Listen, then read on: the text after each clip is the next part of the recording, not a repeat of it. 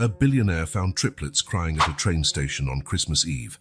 When he discovered who they were, he started to cry.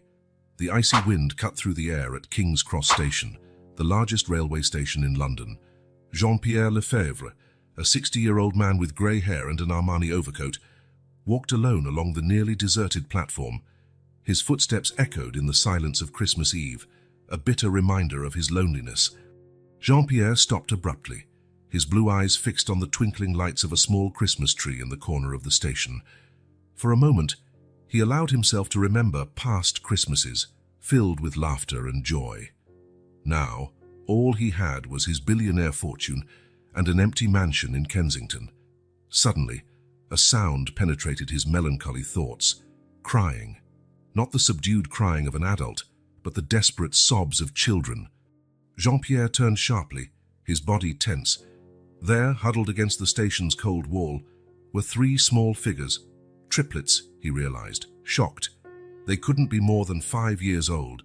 2 girls and a boy, all with messy brown hair and tear-stained faces. "Maman," whimpered one of the girls, her voice trembling with fear and cold. Jean-Pierre froze. His instinct screamed at him to step away, to call the authorities, and move on. After all, what could a lonely billionaire do with 3 abandoned children? But something stopped him. Perhaps it was the wide, frightened eyes staring at him, or the visible shivering of their small, embraced bodies. Jean-Pierre took a hesitant step toward the children. "Good evening," he said in a hoarse voice from disuse. "Where is your mother?" The boy, bravely positioned in front of his sisters, sniffed before answering. "She said she would come back, that we should wait here." Jean-Pierre looked around the empty station. There was no sign of any adult, no worried mother searching for her children, only the cold, the darkness, and 3 frightened kids. "How long have you been here?" he asked, crouching down to their level. The other girl, clutching a worn teddy bear, whispered, "Since the sun went away." Jean-Pierre's heart tightened. Hours. These children had been alone for hours, on Christmas Eve. He found himself facing a choice. He could call the authorities and let the system handle it. That would be the most sensible and safest option. Or... Jean-Pierre looked again at the children's faces, seeing in them a fear and hope that hit him like a punch to the stomach. He remembered himself many years ago, a lonely boy in an orphanage on the outskirts of London, wishing that someone, anyone, would take him home for Christmas. Before he could think twice, Jean-Pierre heard himself say, "Come with me, let's get out of this cold." The children exchanged uncertain looks. The boy, still protective, asked, "But what about our mum?" Jean-Pierre hesitated. What was he doing? This was madness. He knew nothing about taking care of children. His mansion was no place for 3 little ones. But then the girl with the teddy bear reached out a trembling little hand toward him, her large eyes full of a trust Jean-Pierre did not deserve. In that moment, Jean-Pierre Lefebvre, the solitary billionaire known for his ruthless business dealings, did something that even surprised himself. He took the girl's hand. "We'll leave a message for your mother," he said, his voice gentler than it had ever been. "She'll be able to find you at my home. You'll be safe and warm there." Slowly, the children stood up. Jean-Pierre removed his coat and wrapped it around all 3 of them, creating a protective cocoon against the cold. "What are your names?" he asked, guiding them out of the station. "I'm Leia," said the girl with the teddy bear. "He's Hugo," she pointed to the boy, "and she's Chloe." Jean-Pierre nodded, imprinting the names in his mind. Leia, Hugo, and Chloe. 3 little lives that, somehow, were now in his hands. As they walked toward his Bentley parked nearby, Jean-Pierre couldn't help thinking about the absurdity of the situation. What would he tell his driver, his housekeeper? How would he explain 3 small children suddenly appearing in his pristine Kensington mansion on Christmas Eve? But as he felt Leia's confident grip on his hand, Jean-Pierre realized that none of that mattered. Something had changed on that cold December night, something he did not fully understand yet, but that he knew would change his life forever. As he helped the children into the car, Jean-Pierre took one last look at the train station. For a moment, he thought he saw a figure in the shadows watching, but when he blinked, there was nothing but the softly falling snow. With a sigh, Jean-Pierre got into the car. Giving the order to head home, he could not imagine the adventures, challenges, and joys that awaited him. All he knew was that, for the first time in many years, he would not spend Christmas alone. And so, in the quiet of Christmas Eve, with 3 unexpected little passengers, Jean-Pierre's Bentley left King's Cross Station, taking them toward an uncertain future, but one full of possibilities. The Bentley glided silently through the ornate gates of the Lefebvre mansion, in the heart of Kensington. Jean-Pierre watched in the rearview mirror the amazed expressions of Leia, Hugo, and Chloe, as they glimpsed the imposing residence, illuminated by Christmas lights. As soon as the car stopped, Jean-Pierre found himself confronting a reality for which he was not prepared: how to care for 3 5-year-old children. He, who barely knew how to interact with his nephews during the rare family gatherings. "Come, children," he said, trying to sound confident as he opened the car door. "Let's go inside where it's warm." The triplets stepped out hesitantly, their eyes wide at the grandeur of the mansion. Jean-Pierre noticed, and with a pang in his heart, the trembling in their small bodies, not just from the cold, but from fear and uncertainty. As they entered the main hall, the contrast between the home's luxury and the children's appearance became painfully evident. Under the bright light of crystal chandeliers, Jean-Pierre could clearly see the state of their clothes, worn, stained, and at least one size too small. Chloe, the smallest, was sobbing softly, clutching Hugo's hand. "I'm hungry," she murmured, her voice almost inaudible. Jean-Pierre felt a wave of guilt. Of course they were hungry. How many hours had passed since their last meal? "Matilda!" he called, his voice echoing through the house. The housekeeper, a middle-aged woman with a stern expression, appeared almost instantly, freezing at the sight of the children. "Mr. Lefebvre?" she questioned, confused. "Prepare something for the children to eat, please. And find some warm clothes," Jean-Pierre ordered, surprised by the firmness in his own voice. While Matilda hurried to carry out the orders, Jean-Pierre guided the children to the living room. The immense Christmas tree, decorated with expensive ornaments, seemed to mock the surreal situation. "Sit down," he said gently, indicating the Italian leather sofa. The children obeyed, their dirty feet barely touching the floor. An uncomfortable silence lingered in the air. Jean-Pierre realized he did not know how to talk to children. Fortunately, it was Leia who broke the silence. "Mister," she began, her voice trembling slightly, "when will Mum come to get us?" The question hit Jean-Pierre like a punch. He hesitated, searching for the right words. "Your mother, Amelia, right? She knows you're safe here. We'll contact her tomorrow morning." Hugo, the most skeptical of the 3, frowned, but she promised to come back. She would never abandon us. Jean-Pierre felt a lump in his throat. Hugo's unshakable trust in his mother painfully contrasted with the reality of the situation.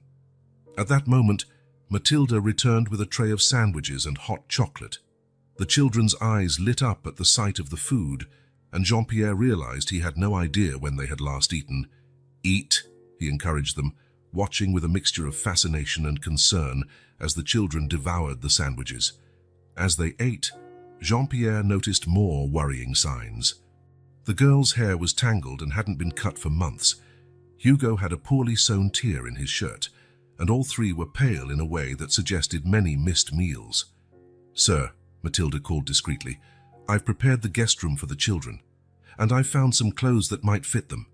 Jean-Pierre nodded, grateful for his housekeeper's efficiency. But the idea of 3 small children sleeping alone in a strange room bothered him. "Children," he said softly, "you're going to sleep here tonight. Tomorrow we'll find your mum." Chloe, who had remained silent until then, looked at Jean-Pierre with large, sad eyes. "Mum told us to wait at the station. What if she comes back and can't find us?" Jean-Pierre's heart broke a little more. "Don't worry, little one. We'll leave a message so she knows where you are." As the children finished eating, Jean-Pierre guided them to the bathroom to wash up. Seeing them struggle to reach the tall, luxurious sink was almost comical, if it weren't so sad.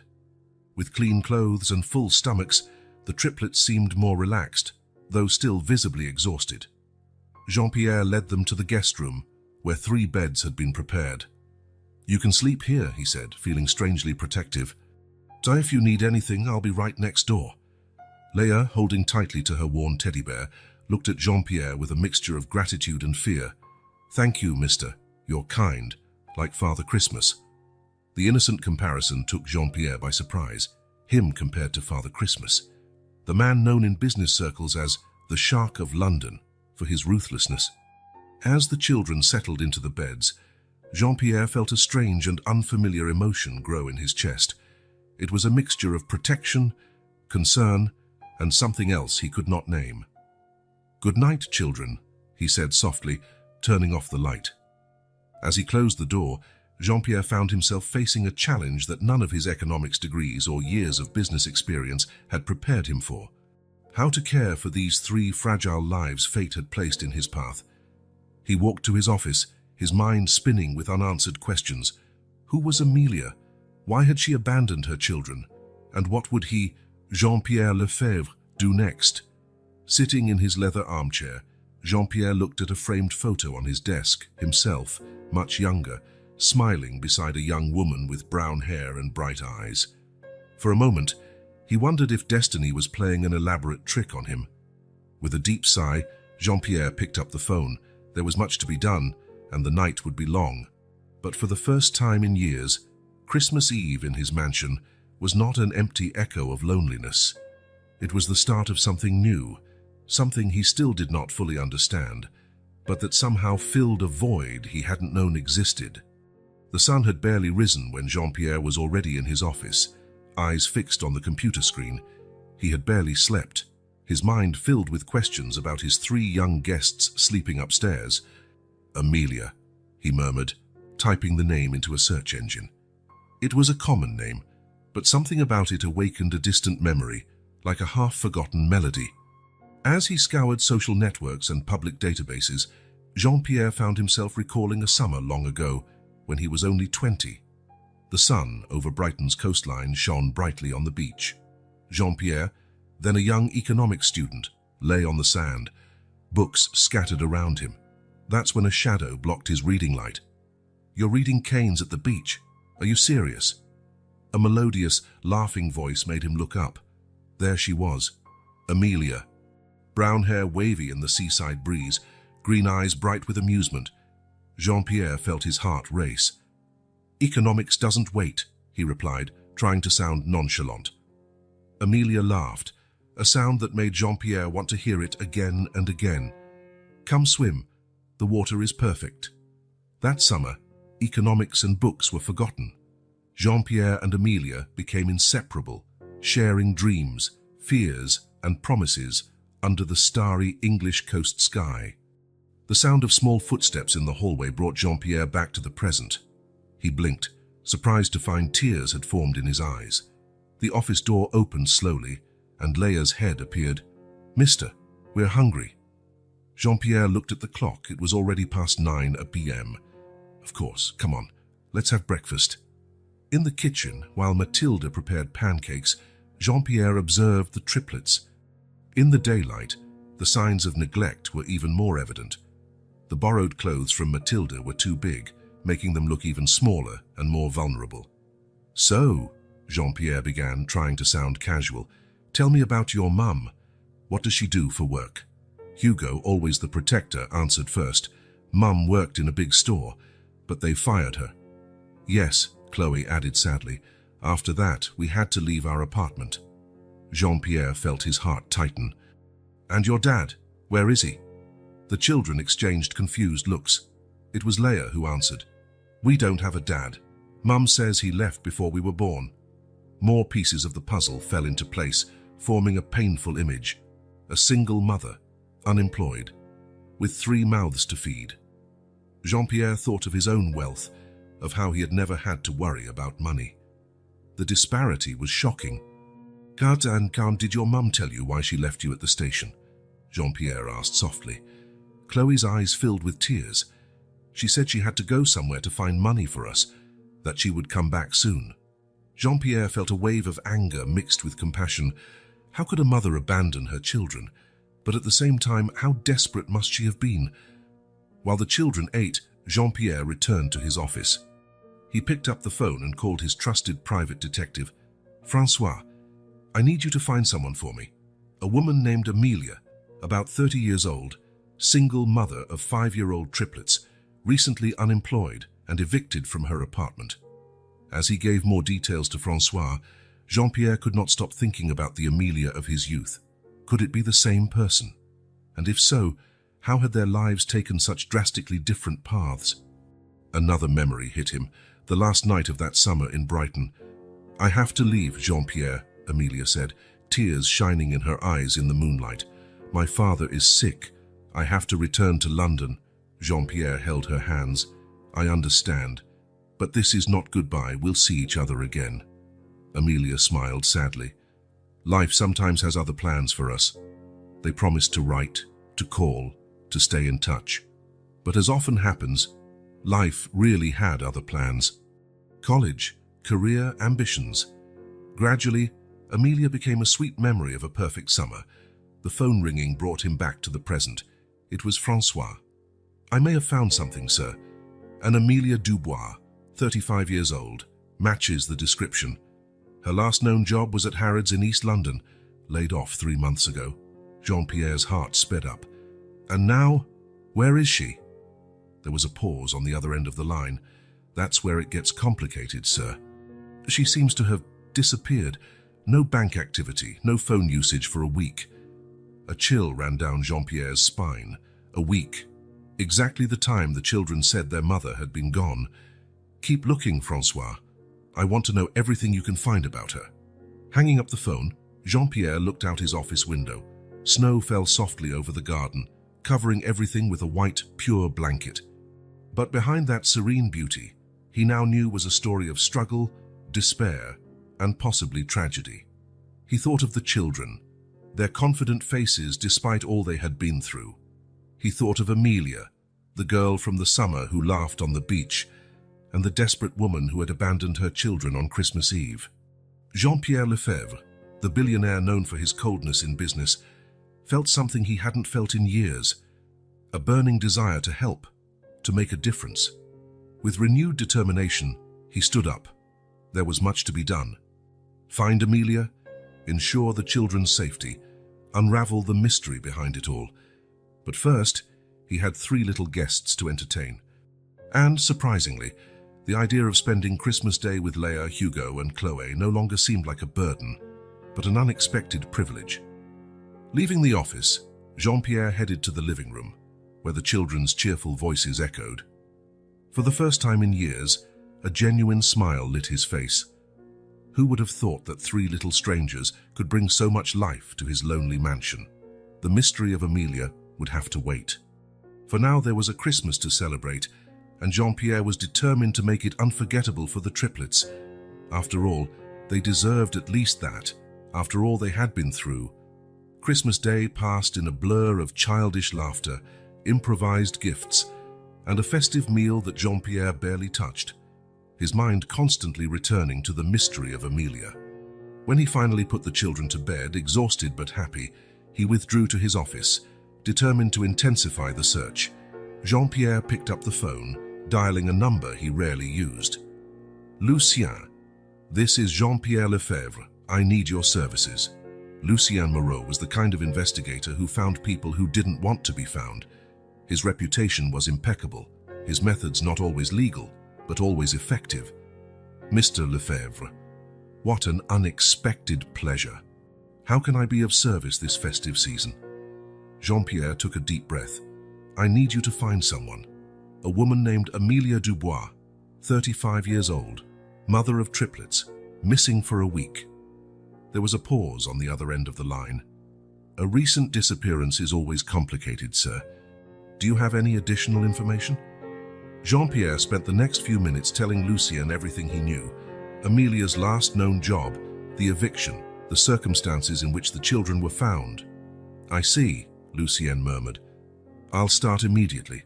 I'll contact you as soon as I have news." Hanging up, Jean-Pierre leaned back in his chair, rubbing his temples. Exhaustion hit him suddenly, but he knew sleep would be elusive tonight. The next morning, Jean-Pierre was awakened by muffled laughter and small footsteps in the corridor. He smiled involuntarily, remembering his new guests. Dressing quickly, he went to find the children. Leia, Hugo, and Chloe were in the living room, playing with the gifts they had received the day before. Jean-Pierre watched them for a moment, noticing how much more relaxed and happy they seemed than when he found them at the station. "Good morning, children," he said softly. "Good morning, Mr. Jean-Pierre," they replied in unison, their faces lighting up at the sight of him. During breakfast, Jean-Pierre decided to gather more information. "So, tell me more about your life with your mum. What did you like to do together?" Chloe's eyes sparkled. "So Mum used to read us stories every night, even when she was very tired." "Yes," Hugo added, "and on Sundays, she took us to the park when the weather was nice." Leia, always the most observant, spoke quietly. "But lately, Mum cried a lot when she thought we didn't see." Jean-Pierre felt his heart ache. The image of Amelia, alone and desperate, began to form in his mind. "What about your apartment?" he asked gently. "What was it like?" The children exchanged glances. Hugo answered, "It was small. We all slept in the same room, but it was our home." Chloe added, her voice sad, "Until the mean men came and told us to leave."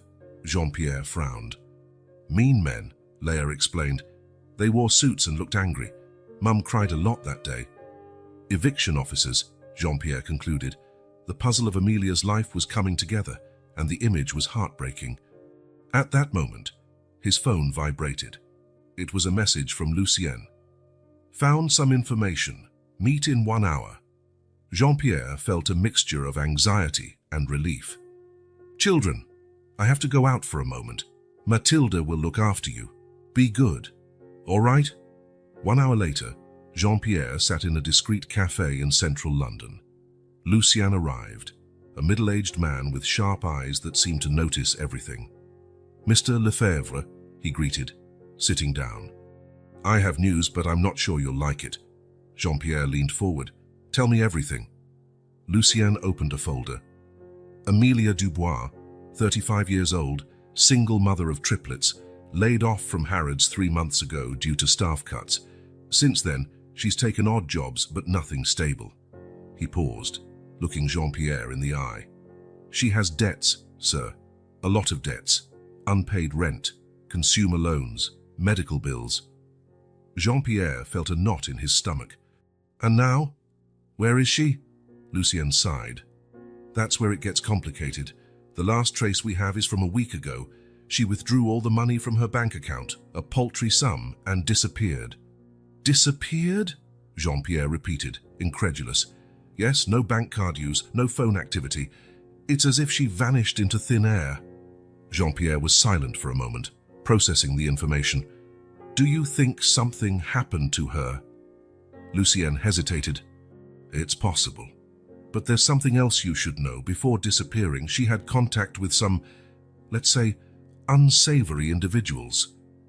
"What kind of individuals?" "The kind who lend money at extortionate rates, if you know what I mean." Jean-Pierre felt a chill run down his spine. "Loan sharks. Amelia had gotten involved with loan sharks." "Keep looking," he ordered Lucien. "I want to know everything you can find out about these individuals, and find Amelia. Whatever it costs." Back at the mansion, Jean-Pierre found the children drawing in the living room, their colorful drawings, full of smiles and bright suns, painfully contrasted with the grim reality he had just discovered. "What are you drawing?" he asked, forcing a smile. "Our family," Chloe replied cheerfully, showing a stick figure drawing. "Look, that's Mum, Hugo, Leia, and me." Jean-Pierre felt a lump in his throat. "It's beautiful, Chloe."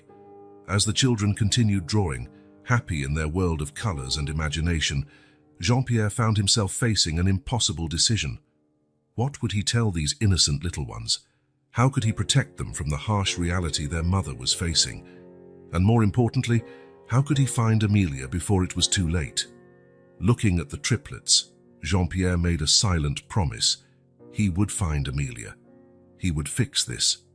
No matter the cost, no matter what it took, these 3 little angels deserved their mother back, and he would do everything in his power to make it happen. With renewed determination, Jean-Pierre picked up his phone. There were calls to make, favors to call in, resources to mobilize.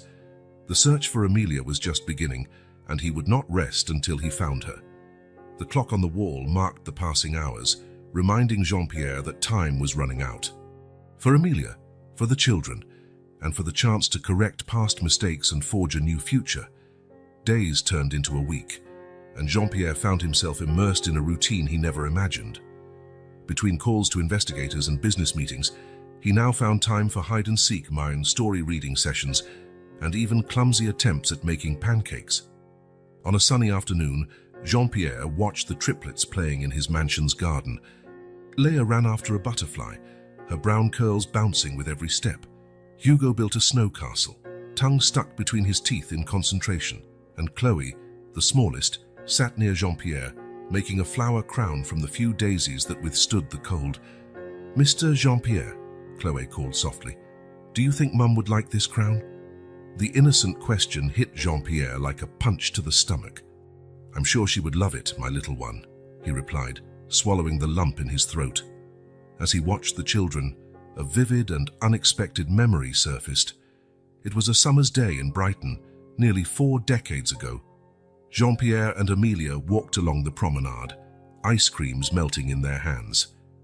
"One day," Amelia said, her eyes shining with future dreams, "I will have children, a big family full of love and laughter." Jean-Pierre laughed. "What, how many children exactly?" Amelia smiled mysteriously. "Who knows, maybe triplets." Back in the present, Jean-Pierre blinked, surprised by the clarity of the memory. It was as if the universe were playing an elaborate trick on him. "Mr. Jean-Pierre," Hugo's voice brought him back to reality. "Can you help us make a snowman?" Jean-Pierre hesitated for a moment. Meetings, emails, and phone calls awaited him in his office. But looking at the hopeful faces of the children, he made a decision. "Of course," he smiled, standing up. "Show me how." In the hours that followed, Jean-Pierre found himself rolling snowballs, looking for the perfect sticks for arms, and even using his own cashmere scarf for the snowman. The children's laughter echoed through the garden, a sound he realized he was starting to love. That night, after putting the children to bed, a task that was becoming surprisingly natural to him, Jean-Pierre returned to his office. The reality of Amelia's situation weighed on him. He opened a folder on his computer, filled with reports and photos Lucien had sent. The image that emerged was heartbreaking. A single mother, struggling to keep a roof over her children's heads, accepting any job she could find. One photo in particular caught his attention. It was Amelia, captured by a security camera weeks before her disappearance. Her face was thinner than he remembered, with dark circles under her eyes. But what struck him most was the expression on her face, a mix of determination and despair. Jean-Pierre leaned back in his chair, closing his eyes. How had things gotten to this point? How had the cheerful, dream-filled girl he'd known turned into a cornered woman? Another memory surfaced. It was the last night of that summer in Brighton. Jean-Pierre and Amelia sat on the beach, watching the sunset. "I have to go back to London," Amelia said softly. "My father, he's ill." Jean-Pierre held her hand. "I understand, but this is not goodbye, right?" Amelia smiled, but there was sadness in her eyes. "Life sometimes has other plans for us, Jean-Pierre." Back in the present, Jean-Pierre felt a wave of guilt hit him. They had promised to keep in touch, but life, his studies, his rising career had gotten in the way. Gradually, Amelia became just a sweet memory. And now, decades later, fate had reconnected them in the most unexpected and tragic way. A soft sound at the door pulled him from his thoughts. It was Leia standing in the doorway, hugging her teddy bear. "Mr. Jean-Pierre," she called timidly. "I had a nightmare." Jean-Pierre stood immediately, going to her. "I'll come here, little one. It's okay." He picked her up, surprised at how natural the gesture felt. Leia rested her head on his shoulder, and he felt a wave of protectiveness wash over him. "Do you want me to tell you a story to help you fall back asleep?" he offered. Leia nodded, her eyes already heavy with sleep. Jean-Pierre carried her back to the bedroom, sitting on the edge of the bed. As he told an improvised story about a brave princess, who not coincidentally resembled Leia, he realized something fundamental had changed inside him. These children, who only a week ago were strangers, had somehow slipped into his heart. He could no longer imagine his life without Chloe's laughter, Hugo's curiosity, or Leia's sweetness. And with that realization came an even stronger determination. He would find Amelia, not just for the triplets, but also to correct past mistakes, to offer the help he should have offered long ago. When Leia finally fell asleep, Jean-Pierre remained there for a moment, watching all three. In their sleep, they looked so peaceful, so unaware of the adult world's dangers and complications. I promise you, he whispered, I will do everything to protect you and bring your mum back. Leaving the room quietly, Jean-Pierre returned to his office with renewed energy. There was much work to be done. Calls to make, favors to call in, resources to mobilize. The clock on the wall read midnight, but for Jean-Pierre, it was as if a new day were dawning. A day full of challenges, yes, but also possibilities, redemption, love. As he prepared for another night of investigation and planning, Jean-Pierre reflected on how his life had changed in just 1 week. The cold, calculating businessman had given way to someone who cared deeply, who was willing to move mountains for 3 little strangers and a woman lost in time. And for the first time in years, Jean-Pierre felt truly alive. The phone rang at 3 a.m., dragging Jean-Pierre from a restless sleep. He answered immediately, recognizing Lucien's number. "Mr. Lefebvre, we've found her." Jean-Pierre felt his heart race. "Where is she?" "In a women's shelter in North London. She registered there 3 days ago under a false name." Jean-Pierre closed his eyes, a mix of relief and anguish washing over him. Is she all right?" There was a pause on the other end. "Physically, yes. But she's fragile, sir. Very fragile." After more details, Jean-Pierre hung up, his mind spinning. Amelia was alive, she was safe, but why a women's shelter? What or who was she hiding from? Unable to go back to sleep, he went to the children's room. Silently, he opened the door and watched the triplets sleeping peacefully. In the soft glow of the lamp, he noticed for the first time how much Leia resembled Amelia. The same brown curls, the same delicate nose. It hit him like lightning. The pieces of the puzzle fit together with painful clarity. The children's age, the timing, the similarities. "My God," he whispered, feeling his legs weaken. Jean-Pierre leaned against the wall, hot tears rolling down his face. The triplets were not just Amelia's children, they were his children too, his children. A sob escaped his throat, waking Chloe. The girl sat up, rubbing her sleepy eyes.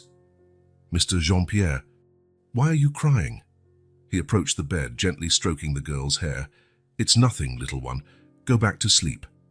But as Chloe drifted off again, a long-suppressed memory returned. It was the last day of that summer in Brighton, 1989. Jean-Pierre and Amelia were on the beach, the sunset painting the sky in gold and pink.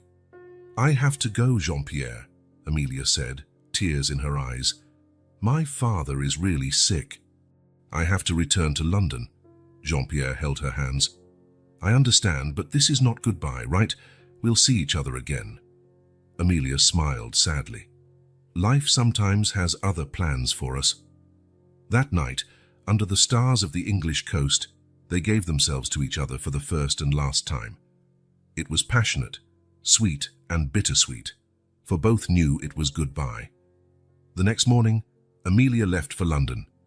Jean-Pierre promised to write, to call, to keep in touch. But life, as Amelia predicted, had other plans. College, internships, building his financial empire. Gradually, Amelia became just a sweet memory. Back in the present, Jean-Pierre felt the weight of 35 years of regrets and missed opportunities. He had let Amelia leave that morning, not knowing she carried not only memories, but a new life inside her. With trembling hands, he picked up his phone and called Lucienne again. "I need a paternity test, discreetly." Lucienne, used to unusual requests, did not question. "Of course, sir. I'll take care of it immediately." In the hours that followed, Jean-Pierre wandered through the mansion like a ghost, his mind full of what-ifs. What if he had kept in touch? What if he had looked for Amelia over the years? What would his life have been like if he had known he was a father? When the sun rose, painting London's sky in pastel hues, Jean-Pierre sat in his office, staring at an old photo. In it, he and Amelia smiled at the camera, young and carefree on Brighton Beach. The sound of small footsteps pulled him from his thoughts. Hugo entered the office, rubbing sleepy eyes. "Mr. Jean-Pierre?" "We're hungry." Jean-Pierre looked at the boy, his son, he realized with a surge of emotion, and smiled softly. "Of course, my boy. Let's make breakfast." In the kitchen, as he prepared pancakes, a skill he had recently acquired that still surprised him, Jean-Pierre observed the triplets. Every gesture, every laugh, every look took on new meaning. How had he not realized before? Leia's smile, so like Amelia's. Hugo's determined eyes, reflecting his own. Chloe's insatiable curiosity, reminding him of himself as a child. "Mr. Jean-Pierre," Leia's voice brought him back to the present. "You look sad. Is something wrong?" Jean-Pierre felt a knot in his throat. How could he explain the complexity of the situation to these innocent children? "No, my dear," he replied, forcing a smile. "I was just thinking about how special you are to me." The words came naturally, and Jean-Pierre realized they were true. Regardless of the paternity test results, these children had already won his heart. The phone vibrated in his pocket. It was a message from Lucien. "Test confirmed. 99.9% probability. Congratulations, sir." Jean-Pierre felt the world spin around him. It was official. He was a father. Father of triplets. Father of 3 wonderful children who, by fate's whim, had come into his life in the most unexpected way. Looking at Leia, Hugo, and Chloe, Jean-Pierre felt a fierce determination grow inside him. He would find Amelia. He would fix the past mistakes. And above all, he would do everything in his power to protect and love these children, his children. "Children," he said, voice choked with emotion. "How about we go to the park today? Just the 4 of us." The triplets' faces lit up with radiant smiles, and Jean-Pierre felt his heart fill with a love he had never imagined possible. The road ahead would be difficult.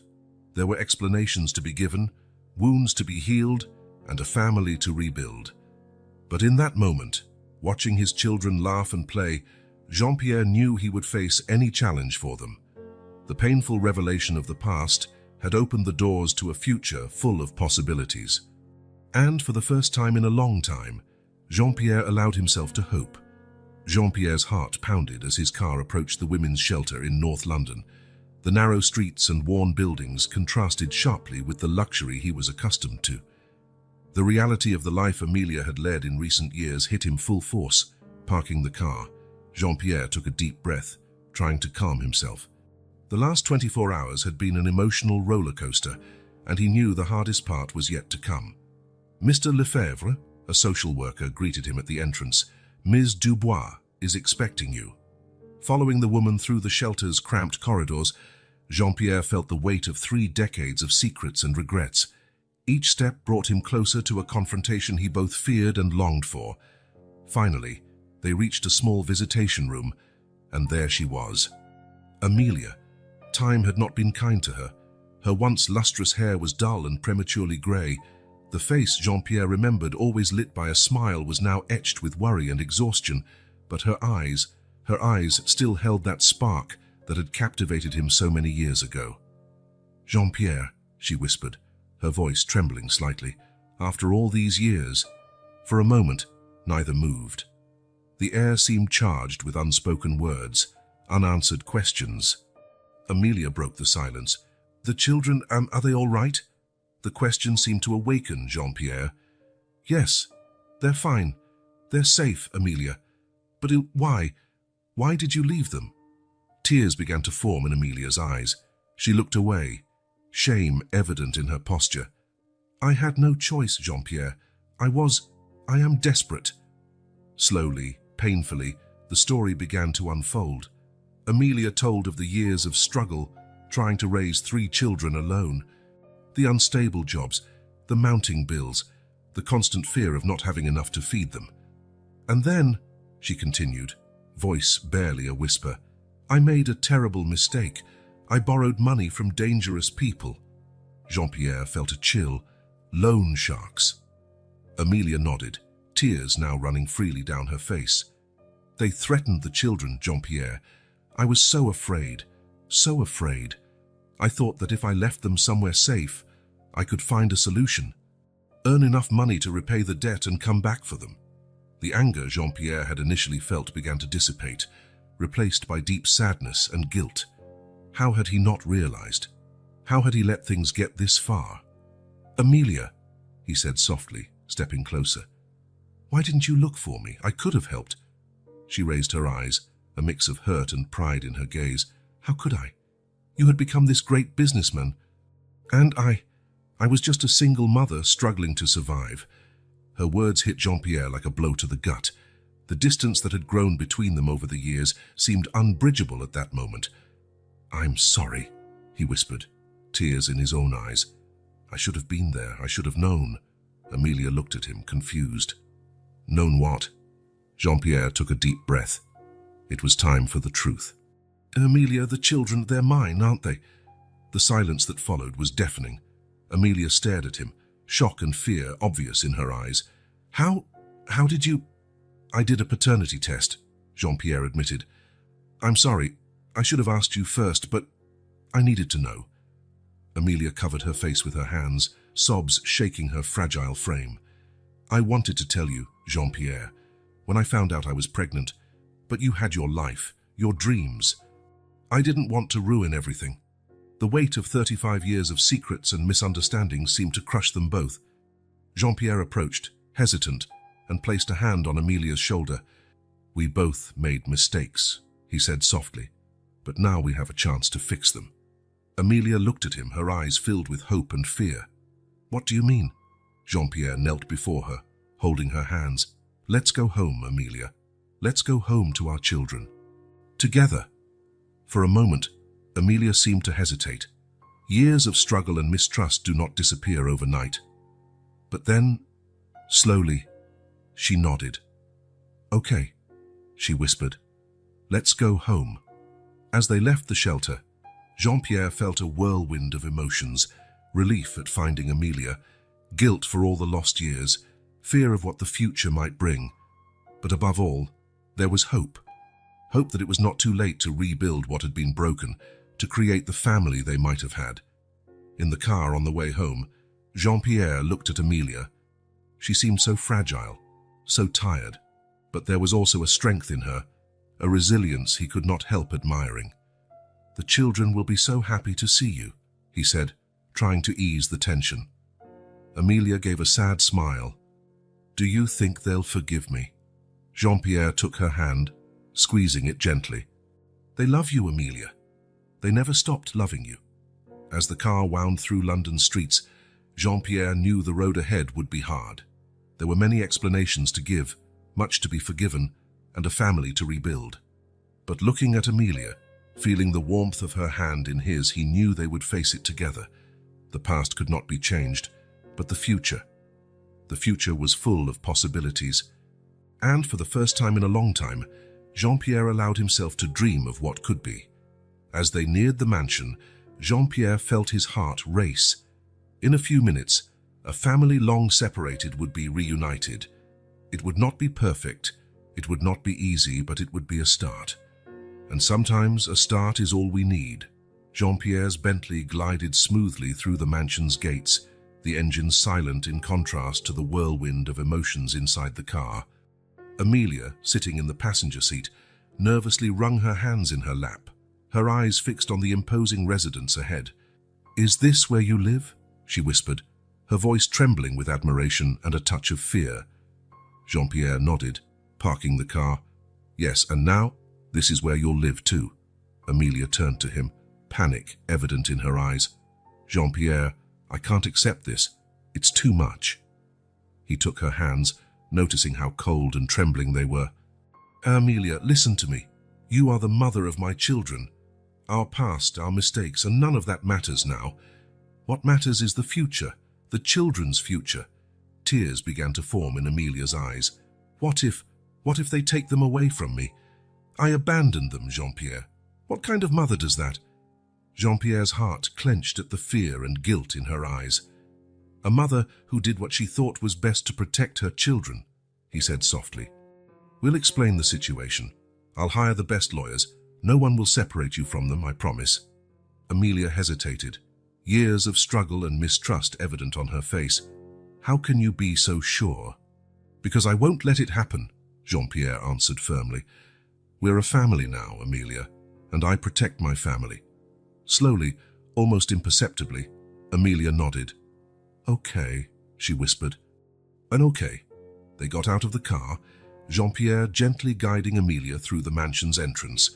In the hall, Mathilde, the housekeeper, stood waiting, her expression barely disguised surprise. "Mathilde," Jean-Pierre said, "this is Amelia, the children's mother. She will be living here now. Please prepare the blue suite for her." Mathilde nodded, casting a curious glance at Amelia before leaving to carry out her orders. "The children," Amelia said, her voice barely above a whisper. "Where are they?" As if summoned by her words, the sound of childish laughter echoed down the corridor. Moments later, Leia, Hugo, and Chloe came running, their faces lit up with smiles that froze when they saw Amelia. For a moment, time seemed to stop. Mother and children stared at each other, a mix of shock, joy, and uncertainty in the air. It was Chloe who broke the silence. "Mum," she called, her voice small and hesitant. Amelia fell to her knees, arms open wide. "My darlings," she sobbed. "I'm so sorry." The children ran to her, wrapping her in a tight embrace. Tears, laughter, and incoherent words mingled as the family reunited. Jean-Pierre watched the scene, feeling both part of it and a stranger. He discreetly wiped away a tear, moved by the reunion, aware of the long road ahead. After the initial emotion passed, Jean-Pierre suggested everyone gather in the living room. It was time for some difficult explanations. Seated on the sofa, with the children snuggled close to Amelia, Jean-Pierre took a deep breath. "Children," he began, "there's something important we need to tell you." He exchanged a glance with Amelia, who nodded encouragingly. "Your mother had to leave for a while because she had very difficult problems to solve," Jean-Pierre explained, choosing his words carefully. "She wanted to protect you," Hugo frowned. "But why didn't she take us with her?" Amelia stroked her son's hair. "Because it was too dangerous, my dear. But I thought about you every second. You're the most precious thing in the world to me." Leia, always perceptive, looked from Amelia to Jean-Pierre. "So now, are we all going to live here?" Jean-Pierre nodded. "Yes, if that's what you want, your mum and you." Chloe, nestled in Amelia's lap, looked up. "But, and you, Mr. Jean-Pierre." The moment Jean-Pierre both feared and awaited had arrived. He exchanged a glance with Amelia Key, who nodded slightly. "Children," he said, voice trembling slightly, "there's something else you need to know. I am your father." The silence that followed was deafening. The children looked at Jean-Pierre, then at Amelia, their small faces a mixture of confusion and wonder. Hugo spoke first. "Our dad, really?" Jean-Pierre nodded, feeling his heart race. "Yes, really." Leia tilted her head, thoughtful. "Is that why you helped us at the station?" "No," Jean-Pierre answered honestly. "I didn't know back then, but I'm glad I did, because it allowed me to get to know you." Chloe looked at Amelia. "Mum, is it true?" Amelia held her daughter tighter. "Yes, my dear, it's true." The children were silent for a moment, processing the information. Then, to everyone's surprise, Hugo stood up and walked over to Jean-Pierre. "Does that mean we can call you Dad now?" he asked, eyes wide and hopeful. Jean-Pierre felt tears forming in his eyes. "If that's what you want, yes, I would be very happy." Hugo smiled and, on impulse, hugged Jean-Pierre. Leia and Chloe soon joined, wrapping him in a collective embrace. Amelia watched, tears silently running down her face. Jean-Pierre extended his hand to her, inviting her to join the family hug. For a moment, everything seemed perfect, but Jean-Pierre knew there was still much to resolve. Amelia's debts, legal issues, the adjustment to this new family dynamic. These were huge challenges. Yet looking at the smiling faces of his children and the hopeful look in Amelia's eyes, Jean-Pierre knew they would face it all together. "So," he said, his voice filled with emotion. "Who wants pancakes for dinner?" The children cheered, tension dissipating. As they all headed to the kitchen, Jean-Pierre held Amelia back for a moment. "It will be okay," he said softly. "We'll make it." Amelia looked at him, a small smile forming on her lips. "Yes," she responded. "Together." And with that silent promise, they followed the children, ready to face the future, whatever it might bring. The days that followed were a mix of joy and challenges for the newly formed Lefebvre family. The mansion, once silent and cold, now echoed with children's laughter and lively conversations. Amelia, still fragile and unsure, tried to find her place in this new world. Every morning she woke up with a mixture of gratitude and fear, afraid that all this might be just a dream. Jean-Pierre, noticing her hesitation, did everything possible to help her feel at home. One sunny morning he found her in the library, looking lost among the shelves full of books. "Do you like to read?" he asked softly, approaching. Amelia turned, a small smile on her lips. "Yes, I used to love it. But in recent years I had no time." Jean-Pierre gently took her hand. "Now you have all the time in the world. This library is yours too."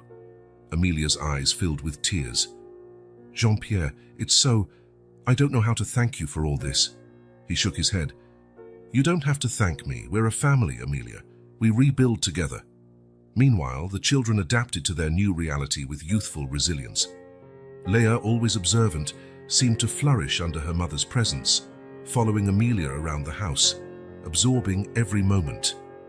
One afternoon, Jean-Pierre found them in the garden, Amelia teaching Leia how to make flower crowns. "Look, Dad!" Leia exclaimed, holding up a crooked but charming crown. "Mum taught me." Jean-Pierre's heart filled with joy at hearing Leia call him Dad so naturally. He joined them, marveling at how Amelia, despite all the hardships, still retained that gentle skill. Hugo, on the other hand, seemed torn between the joy of having his mother back and a new fascination with Jean-Pierre. The boy often appeared in Jean-Pierre's office, full of questions about business and the grown-up world. "Dad," Hugo asked one day, sitting in the chair across from Jean-Pierre's desk, "how do you get rich like you?" Jean-Pierre laughed, then grew serious. "Money doesn't bring happiness, Hugo. It's family, love, and the people around us that matter." Hugo frowned, thinking, "But money helps, right?" "Yes," Jean-Pierre admitted, "but it's only a tool. What matters is what we do with it." That conversation made Jean-Pierre reflect on his own priorities. For years, he had devoted himself exclusively to business, accumulating wealth at the cost of real connections and true love. Now, looking at Hugo, he wondered if it wasn't time to re-evaluate his choices. Chloe, the youngest, seemed to have trouble separating from Amelia. After years of absence, the girl clung to her mother as if afraid she might disappear again. One night, Jean-Pierre was awakened by sobs coming from the children's room. He hurried there and found Chloe in Amelia's arms, sobbing uncontrollably. "What's wrong?" he asked gently. Amelia looked at him, her eyes full of pain. "She had a nightmare. She dreamed I left again." Jean-Pierre sat on the edge of the bed, placing a comforting hand on Chloe's back. "Chloe, my darling, listen to me. Your mum is here now, and she won't leave again. I promise." Chloe looked up, her eyes red from crying. "You promise, Dad?" "I promise," he said firmly. "We are a family now. We stay together." Slowly, Chloe calmed down, falling asleep in Amelia's arms. Jean-Pierre and Amelia exchanged a look, both aware of the long road ahead to heal the children's emotional wounds. As the weeks passed, Jean-Pierre faced his own demons. Years of solitude and relentless focus on business had left deep marks. He sometimes found himself retreating to the familiar comfort of his office, unsure how to navigate this new world of family love and emotional responsibilities. One evening, after putting the children to bed, Jean-Pierre found Amelia on the balcony, looking at the lights of London. "What are you thinking about?" he asked, joining her. Amelia smiled softly. "How life can change so much in such a short time. A few weeks ago I was at my lowest point, and now..." Jean-Pierre nodded, understanding perfectly. "I know, it's... Overwhelming sometimes, isn't it? Amelia turned to him, her eyes shining in the moonlight. Jean-Pierre, I know it's not easy for you either. Your entire life has been turned upside down. He remained silent for a moment, surprised by her perceptiveness. It's true, he finally admitted. For so long, I had only my work. And now, sometimes I'm afraid I'm not good enough, that I don't know how to be a good father. He stopped, uncertain how to define what he and Amelia were now. Amelia took his hand, squeezing it gently. A good partner, she suggested. Jean-Pierre felt his heart race. Yes, he said softly. A good partner. They stood in silence for a moment, the city of London sparkling below them. We're learning together, Jean-Pierre, Amelia said finally. Day by day. It's not easy, but I'm happy to be here with you and the children. Jean-Pierre turned to her, seeing not only the Amelia of now, but also the young woman he had known so many years ago in Brighton. Time and hardship had left their marks, but her essence, her strength, her kindness remained the same. On impulse, he leaned in and kissed her softly. It was a tender kiss, full of unspoken promises and hopes for the future. When they parted, Amelia smiled, a soft blush on her cheeks. We have time, Jean-Pierre, for everything. He nodded, feeling a peace he hadn't experienced in years. Yes, we have time. As they went back inside, hand in hand, Jean-Pierre reflected on how much his life had changed. The mansion, once a symbol of his wealth and loneliness, was now full of life and love. There were still many challenges. Amelia's debts, the children's ongoing adjustment, his own fears and insecurities. But for the first time in a long time, Jean-Pierre Lefebvre did not feel alone. He had a family, and together they would rebuild not only their lives but also the bridges that time and circumstances had destroyed. Passing by the children's room, Jean-Pierre paused for a moment, listening to their soft breathing. A smile formed on his lips. Good night, my loves, he whispered, before following Amelia into their own room, ready to face whatever tomorrow would bring, no longer as a solitary man, but as part of a united and loving family. As the weeks turned into months, the Lefebvre family faced the challenges of their new reality. The mansion, once a symbol of lonely wealth, now pulsed with the life of a family in reconstruction. For Amelia, each day brought a mixture of gratitude and shame. While she marveled at the comfort and security Jean-Pierre provided, she struggled with feelings of inadequacy. One morning, Jean-Pierre found her in the kitchen, desperately trying to prepare breakfast for the children. Amelia, he called softly, noticing her frustrated expression. Is everything all right? She turned, tears in her eyes. I can't even make pancakes properly. How can I be a good mother if I can't feed my children? Jean-Pierre approached, placing his hands on her shoulders. Being a good mother isn't about making perfect pancakes. You're there for them. You love them. That's what matters, Amelia sobbed. But I abandoned them, Jean-Pierre. How can they ever trust me again? Day by day, he answered gently. That's how trust is rebuilt. And you are not alone in this journey. Encouraged by his words, Amelia began to find ways to reconnect not just with her children, but also with herself. She enrolled in art classes, rediscovered her love of reading, and slowly began to reclaim parts of herself that had been lost in her years of struggle. Jean-Pierre, in turn, faced his own challenges. Accustomed to making swift, decisive decisions in the business world, he now found himself navigating the turbulent waters of family emotions. One day, during a business meeting, his phone rang. It was the children's school. Mr. Lefebvre? Hugo was in a fight with a classmate. Could you come pick him up? Jean-Pierre felt a wave of panic. Dealing with corporate crises was one thing, but this. He apologized to his colleagues and rushed to the school. He found Hugo sitting in the principal's office, sporting a black eye and a defiant expression. Hugo, Jean-Pierre said, kneeling in front of his son. What happened? The boy mumbled. He said Mum left us because she didn't love us. I had to hit him. Jean-Pierre's heart tightened. He wanted to protect Hugo, to tell him he was right to defend his mother, but he also knew he needed to set an example. I understand why you were angry, he said carefully. How, but violence is never the solution. Next time, speak to a teacher or come to me, all right? Hugo nodded reluctantly. Jean-Pierre hugged him, feeling the child's small body tremble with bottled-up emotions. That night, after putting the children to bed, Jean-Pierre found Amelia in the library. "We need to talk to the children," he said. "Explain the situation in a way they can understand, so they can deal with questions and comments." Amelia agreed, tears in her eyes. "You're right. They deserve the truth." In the days that followed, Jean-Pierre and Amelia had honest, age-appropriate conversations with the triplets about the past, the difficulties, and the future. It was painful, but necessary. Meanwhile, the children flourished in many ways. Leia discovered a talent for piano, spending hours practicing on the grand instrument in the music room. Hugo immersed himself in the mansion's vast library, his insatiable curiosity finally finding fertile ground. And Chloe, the youngest, revealed a gift for painting, her colorful creations soon decorating the mansion's walls. But the emotional scars were still there, surfacing at unexpected moments. One night, during an apparently peaceful dinner, Chloe suddenly began to stuff food into her pockets. "Chloe, my dear," Amelia said softly, "what are you doing?" The girl, caught off guard, began to cry. I was saving food for later, just in case." The silence that followed was deafening. Jean-Pierre and Amelia exchanged anguished looks, the reality of the children's past food insecurity hitting them with full force.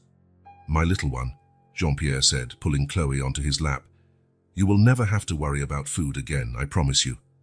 While comforting Chloe, Jean-Pierre and Amelia realized healing would take time.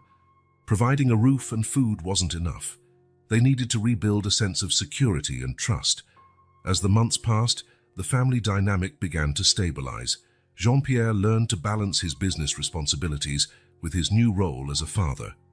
He made a point of being present at dinners, helped with homework, and even tried with mixed results to join in the children's games. Amelia, in turn, found strength in her vulnerability. She started sharing parts of her story with the children, not to excuse herself, but to help them understand. "Mum," Leia asked one day, while helping Amelia plant flowers in the garden, "were you sad when you were away from us?" Amelia paused, looking into her daughter's eyes. "Very sad, my darling. You were in my heart every moment." Leia hugged her tightly. "I'm glad you came back." These moments of connection, though sometimes painful, were precious. They were the bricks with which the family rebuilt its foundation. Watching all this, Jean-Pierre felt a mixture of pride and humility. He, who once believed business success was everything, now understood that there were far greater challenges and far deeper rewards in building a family. One evening, as he and Amelia watched the children playing in the garden, she took his hand. "Thank you," she said simply. "For what?" he asked. "For giving us a second chance. Me, the children, us." Jean-Pierre smiled, squeezing her hand. "It's you who gave me a second chance to have a real family." As the sun set over the Lefebvre mansion, bathing the garden in golden light, Jean-Pierre reflected on the challenges still ahead. There was much to be resolved, much to be healed. But looking at Amelia and the children, he knew that together they could face anything. Their new reality was not perfect, but it was real, filled with love, learning, and growth. And for Jean-Pierre, that was more valuable than any fortune he had ever accumulated. As weeks turned into months, the Lefebvre family continued facing the challenges of their new reality. The mansion, once a symbol of solitary wealth, now pulsed with the life of a family in reconstruction. For Amelia, each day brought a mixture of gratitude and shame. While she marveled at the comfort and security Jean-Pierre provided, she fought against feeling inadequate. One morning, Jean-Pierre found her in the kitchen, once again struggling to make breakfast for the children. "Amelia?" he asked softly, noticing her frustrated expression. "Is everything all right?" She turned, tears in her eyes. "I still can't make pancakes properly. How can I be a good mother if I can't feed my children?" Jean-Pierre approached, placing his hands on her shoulders. "Being a good mother isn't just about making perfect pancakes. You're here for them, you love them, that's what matters. Amelia sobbed. But I left them, Jean-Pierre. How can they ever trust me again? Day by day, he replied gently. That's how trust is rebuilt, and you are not alone in this. Encouraged by his words, Amelia continued seeking ways to reconnect with her children and herself. She took art classes, rediscovered her love of reading, and gradually recovered parts of herself lost to years of struggle. Jean-Pierre, for his part, faced his own challenges. Used to quick, definitive decisions in business, he now found himself navigating the turbulent waters of family emotions. One day, during a business meeting, his phone rang. It was the children's school again. Mr. Lefebvre, Hugo got into another fight. Can you come pick him up? Jean-Pierre felt a wave of panic. He apologized to his colleagues and rushed to the school. He found Hugo sitting in the principal's office again, sporting another bruise and a stubborn expression. Hugo, Jean-Pierre said, kneeling in front of his son. What happened this time? The boy mumbled. He said Mum left us because she didn't love us. I had to hit him. Jean-Pierre's heart ached. He wanted to defend Hugo's anger, but knew he had to teach him a better way. I understand why you were upset, he said carefully, but violence isn't the answer. Next time, talk to a teacher or come to me, okay? Hugo nodded reluctantly. Jean-Pierre hugged him, feeling the boy's pent-up frustration. That night, after putting the children to bed, Jean-Pierre found Amelia in the library once more. We need to talk to the children again, he said. Explain the situation more clearly, so they can handle questions and comments better. Amelia agreed, tears in her eyes. You're right, they deserve the truth. In the following days, Jean-Pierre and Amelia had more honest, age-appropriate conversations with the triplets about the past, the difficulties, and the future. It was painful, but essential. Meanwhile, the children continued to flourish. Leia improved at piano, Hugo devoured books, and Chloe's paintings brought color to the mansion's walls. But the emotional scars remained, appearing at the most unexpected times. One evening during a quiet dinner, Chloe suddenly began hiding food in her pockets again. Chloe, my dear, Amelia said softly, what are you doing? Caught off guard, the girl began to cry. I'm saving food for later, just in case. The silence was heavy. Jean-Pierre and Amelia exchanged anguished looks, reminded again of the children's past hardships. My little one, Jean-Pierre said, pulling Chloe into his arms. You'll never have to worry about food again, I promise. While reassuring Chloe, Jean-Pierre and Amelia understood that healing would take time. More than material comforts, the children needed emotional security. As months passed, the family dynamic settled. Jean-Pierre balanced his business duties with fatherhood. He made a point of being present for dinner, helped with homework, and even tried to join the children's games. Despite his initial awkwardness, Amelia found strength in vulnerability. She shared parts of her story with the children, not to excuse herself, but to help them understand. Mum, Leia asked one day, as they planted flowers in the garden, were you sad when you were away from us? Amelia stopped, looking into her daughter's eyes. Very sad, my darling. You were in my heart every moment. Leia hugged her tightly. I'm glad you came back. These moments of connection, though sometimes painful, were precious bricks in the rebuilding of their family foundation. Watching it all, Jean-Pierre felt proud and humble. Once he believed business success was everything. Now he knew there were bigger challenges and greater rewards in building a family. One evening, as he and Amelia watched the children playing in the garden, she took his hand again. Thank you, she said simply. For what? He asked. For giving us a second chance. Me, the children, us.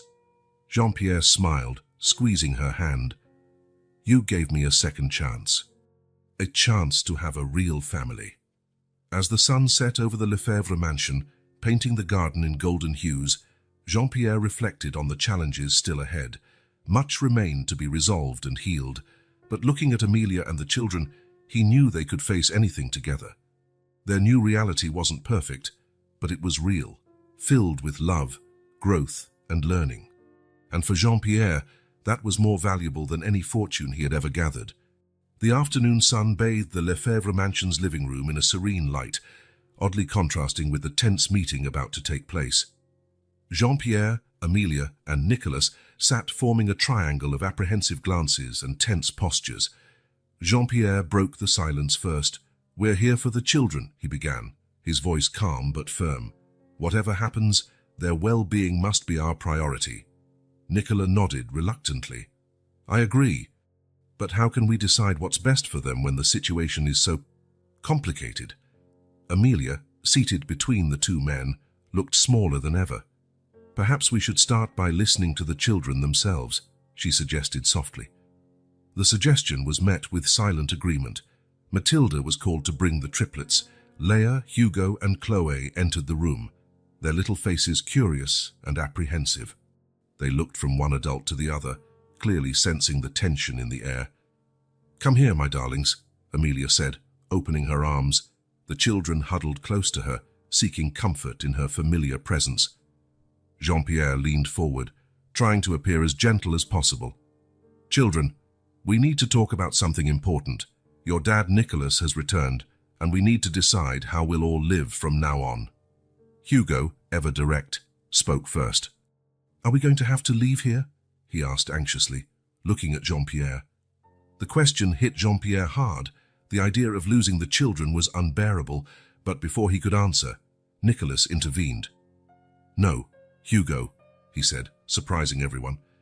"I'm not here to take you away from your home." Chloe, the youngest, looked at Nicholas with large, confused eyes. "But you're our dad too, right? Don't you want us to live with you?" Nicholas' expression softened. "Of course I want to be with you, but I also want what's best for you. And it seems you've found a good home here." Jean-Pierre felt a reluctant respect for Nicolas. The man clearly loved his children and was willing to put their needs above his own desires. Leah, always perceptive, looked from Jean-Pierre to Nicolas. "So, how will it work? Will we have two dads?" The question hung in the air, charged with implications.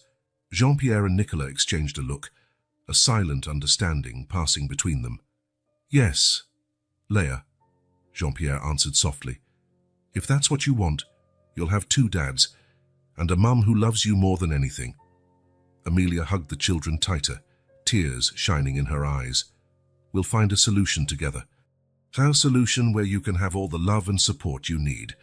The children seemed to process this for a moment. Then, to everyone's surprise, Hugo stood up and walked over to Nicholas.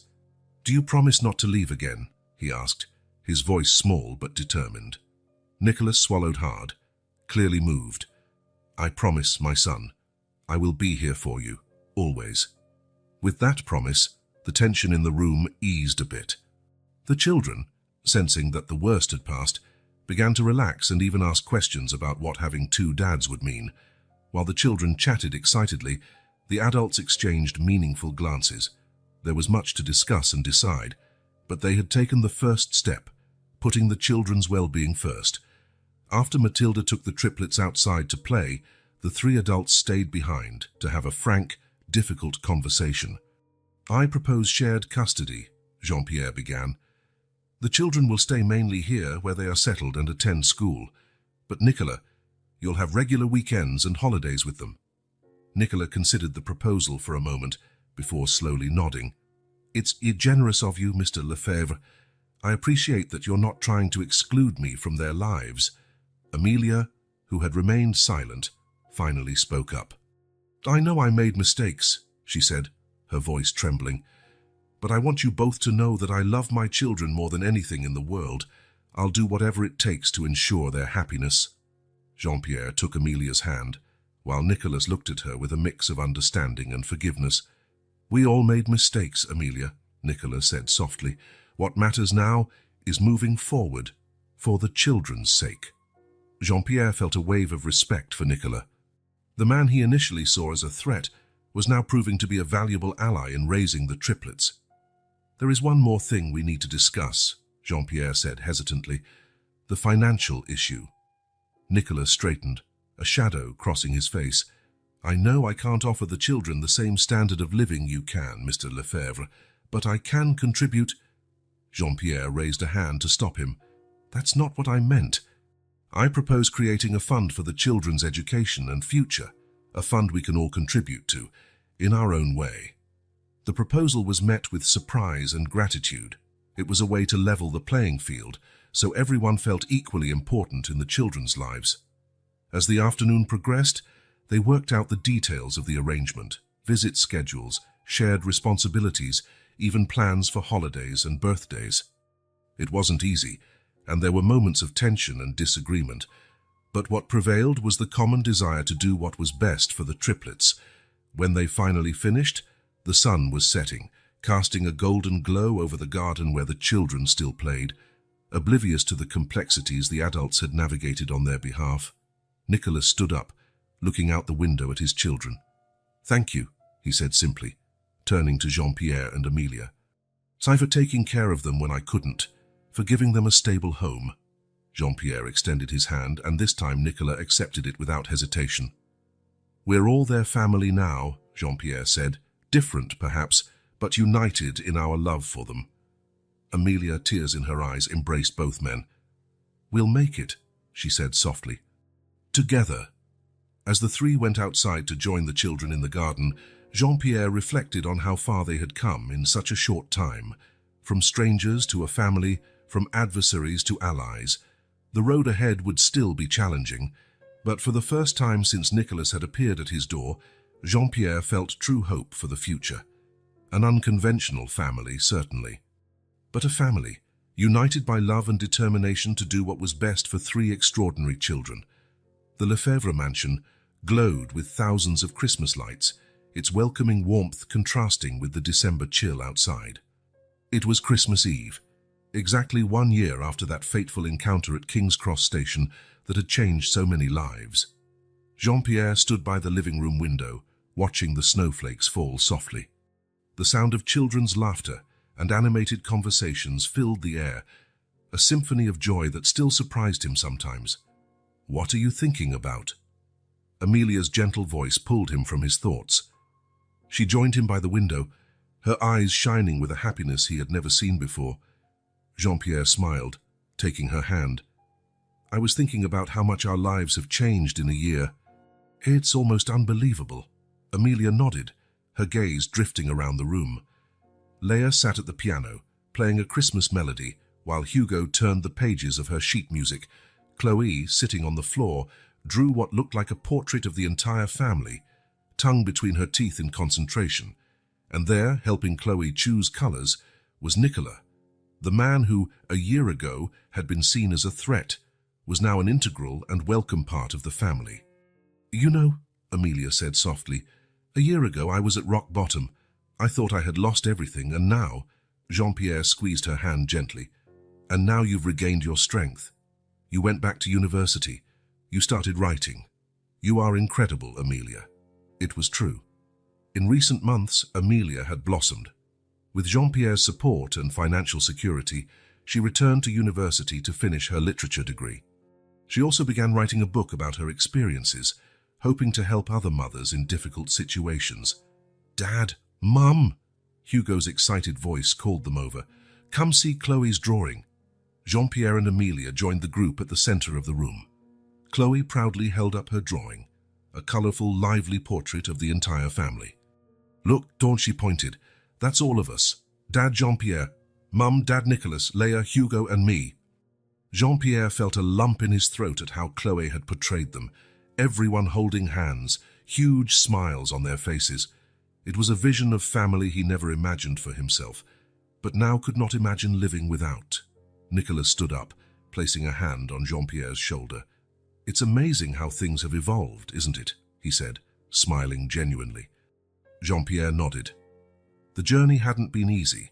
There had been moments of tension, jealousy, and doubt, but through open communication, commitment, and unwavering focus on the children's well-being, they had found a balance. "I'm grateful we overcame our differences," Jean-Pierre replied. "The children deserve to have everyone who loves them in their lives." The sound of bells interrupted their conversation.